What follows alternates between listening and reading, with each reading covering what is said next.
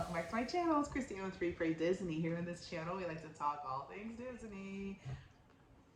Why do you just like whisper? Why do you just say it? From packing to pins, oh gosh, from packing to planning to pins to books. And here lately, it hasn't been so much packing and planning, mostly pins. I should say books, but it really hasn't been much in the way of books either. So just mostly pins. It's not that I haven't been reading. I have been reading. I just haven't filmed. Okay. So mostly pins. So for today, we have the CCP collaboration, which is celebrating collections, peoples, and pins. And this month is August, and it is Pixar. So yay! We're gonna showcase some of my favorite Pixar pins. You ready? Yeah, let's jump Wonderful. right in. What pin do you want to show? You know where I want to start. Well, go for it. I know this is about her favorite Pixar, but how could you do a Mommy and Me without doing Mommy's favorite pin or Pixar? And it is, for those of you that have watched, you know Coco is my favorite Disney movie. Mm-hmm. This is a beautiful pin. Mm-hmm. It is pin on pin. Mm-hmm. And if you, actually, it's got the other stuff in it as well. So these were called character cameos. Mm-hmm. And there were 4 of them, and they were released, I want to say in 2020 or, yeah, 2020. So they were released in 2020. And these, I only picked up 3 because I didn't like the 4th one, or one of them I didn't too much care for. But they are the first pin set that I kind of sort of completed. Mm-hmm. And they're the first pins when I first got in pin trading that I purchased that were actual straight up authentic Disney pins. Mm-hmm. And I really like them. So if you guys watched our other video where I ranted on and on and on, unless she deleted that rant out, Disney has not done a good job with Coco pins.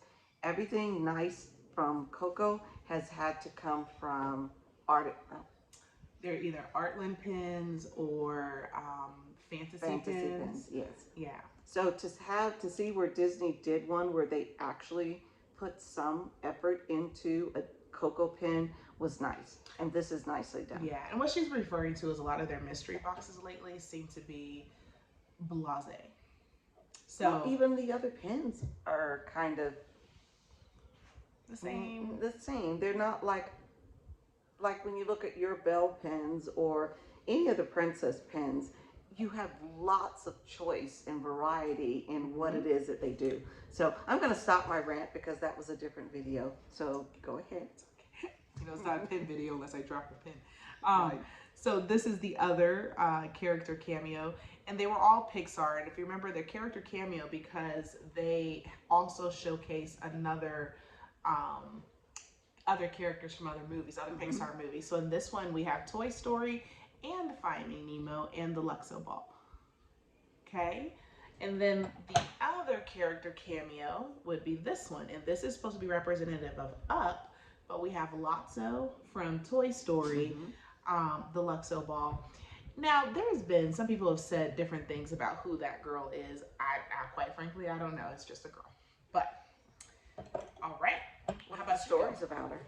I know that she is little Tiana, but then it wouldn't be a character cameo because they were just Pixar, the Pixar films. So Tiana's Disney princess. So I don't know. Oh, okay. No, you go ahead. I'm gonna watch you. Although this is a really cute pin. Are these from the same? Okay, so let's go to the Turning Red. These are my daughter's pins because, well, they are. So I'm going to give all 4 at the same time. There you go. So we have May May. We have May May when she's in panda form. Again, May May in panda form with her friends. And, of course, Angry May May. What I like about this one, it's not stained glass, but, you know, it's that clear, that clear glass.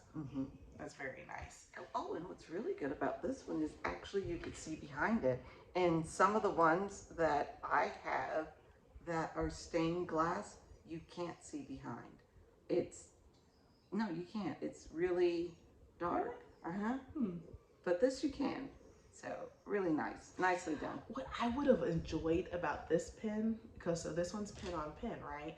But what I would have enjoyed is if like her head or this piece moved, that would have been a cool element. Because that's May May and her three friends when they take off on her having girl time. I thought it should have moved, and that would have been pretty cool. Especially it's a movement pin. Yeah, like they're taking off. Yeah, that would have been pretty cool. All right, and all of these they're just regular Disney pins. Like this one is Disneyland Paris. I want to say let's stop at this one for a second. When we did the opening, or I don't know, the showing of this pin originally, I don't think we really emphasized the size of this pin. This is not a small pin. I don't know how to get that right. I guess you're kind of getting it. It's not a small pin. And it's nicely done. Although I'm not a fan, I would not mind having this pin in my collection because it is really, really cute. But you've never seen the movie. I know I haven't, but this pin is just adorable. It is a cute movie. It really is. The movie's cute, the pin is cute. Yeah. Ooh. Okay. So next, let's move on into Toy Story World. So I don't have very many Toy Story pins, only because Toy Story is just not, I mean, it's cute, but it's just not my fave. Really? As much as you guys watched it when you were kids? Really? Well, your brothers did. Well, it just wasn't one of my favorites. Again, not that it's, I think the first one is my absolute favorite Toy Story. Now the other ones, they're nice storylines. That last one I cried. 3 and 4 I cried. 3 and 4 I cried. Wait, is it 3? What's the one when Lotso? I'm asking y'all like you're right here. But there's that one where they're about to get crushed into the thing at the trash place. That one almost made me cry. And then, of course, the last one made me cry. But I haven't seen the last one. These are my Toy Story bins. We got 2 Wishables. Remember what did I tell you about Wishables? How do we know they're Wishables? Because they have stars in their eyes. Yeah. And this has 3 stars in their eyes. I think my favorite characters from Toy Story are the aliens, for sure. And then there's a Bo Peep bow that we got. And I think this one is from...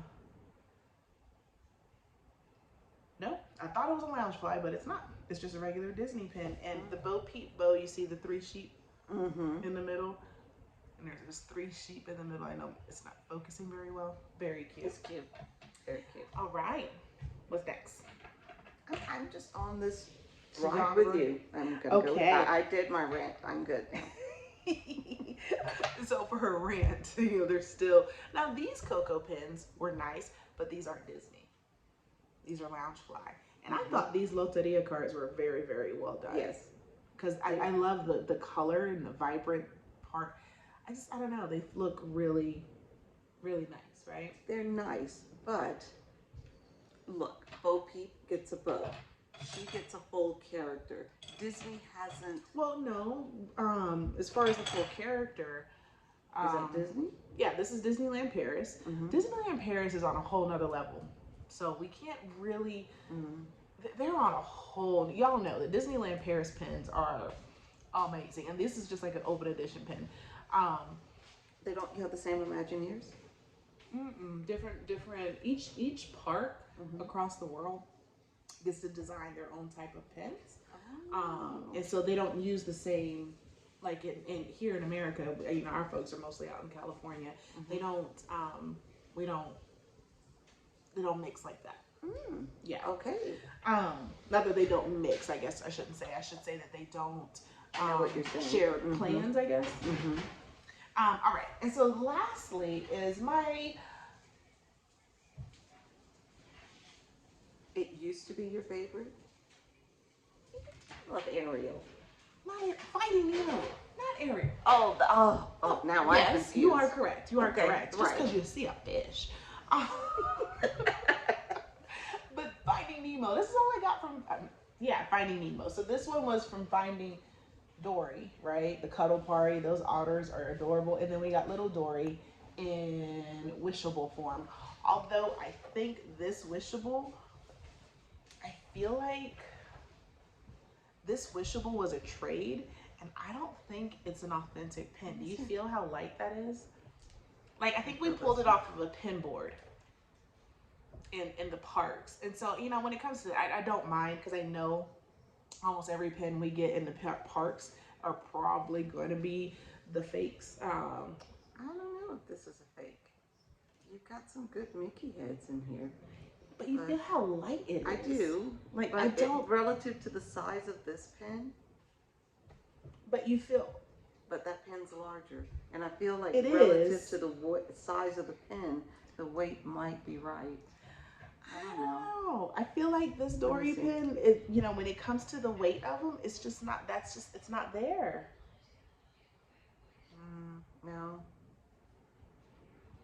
It might be a scrapper. Yeah. A well done scrapper. Very well done. Yeah. Well, like you always tell me, when I first started, I don't know if I actually ever got a scrapper in the beginning when I first started, but you would say to me, in the end, it's a pen that you like. Whether it's a scrapper or not, it's what you like. So that's what the most important thing, as long as you didn't pay an arm and a leg for it. Yeah. But because people do get up in arms about authenticity, and I completely understand that. When it comes to my Beauty and the Beast pens, I want authentic pens or fantasy pens. But there are times that, you know, it's just a cute pen. Yeah. You know, and if it's a pen, it's a pen. You know, it's cute. And I know what I'm getting, you know? So. Well, that's what you taught me. And I must say, I prefer authentic pens. So I'm a little bit more careful and a little more thoughtful. I've learned a lot by watching you and your videos. And oh my God, this is not a plug, guys. No, but I've learned a lot about the collecting in general is don't just go out and buy everything because you love that character. You may do that in the beginning, just, oh my God, oh, I like that one, oh, I like that one. At some point you get to where you want to find out, do I love it or do I just like it? Yeah. And not just buy for because you can spend and spend and spend. Yeah. And that's what I did in the beginning, and I'm rolling back from that. And now my collection is really my collection. And you're more discerning. And the one really important thing that you taught me is, do you enjoy it? All of my pens are on a board, and I work from home. So when I'm on a Teams and I don't have my camera on, or if I'm on a phone call, I get up and I touch my pens. I look at the pens. I move them around on the board. It makes me feel good to look at the pens that I chose that I really, really love. So you're right. Don't just buy for volume, buy for what you love. And if you look at it and you love it and it's a scrapper, who cares? You love the pen and it gives you some pleasure when you look at it. Yeah. Oh, wow. I didn't mean for that to happen. That's okay. All right, guys. Well, thank you for watching today. Val, love you. Appreciate it for allowing me to get into the Celebrating Collections people and pens. Be sure to watch everybody else's video in the description box below. Yep, they will be there. Go through, give them a like, give them a comment, give us subscribe if you haven't already done so. They're all great people. I can't begin to tell you how many wonderful channels and just wonderful people. I mean, you got some bad apples here and there, but the vast majority of pen people are pretty awesome people, especially here on YouTube. So go watch them, check them out. Okay, guys? Well, as always, have a magically blessed day, and know I'll be praying for you. Namaste. That's her thing. I don't know why we're doing it. Bye, guys.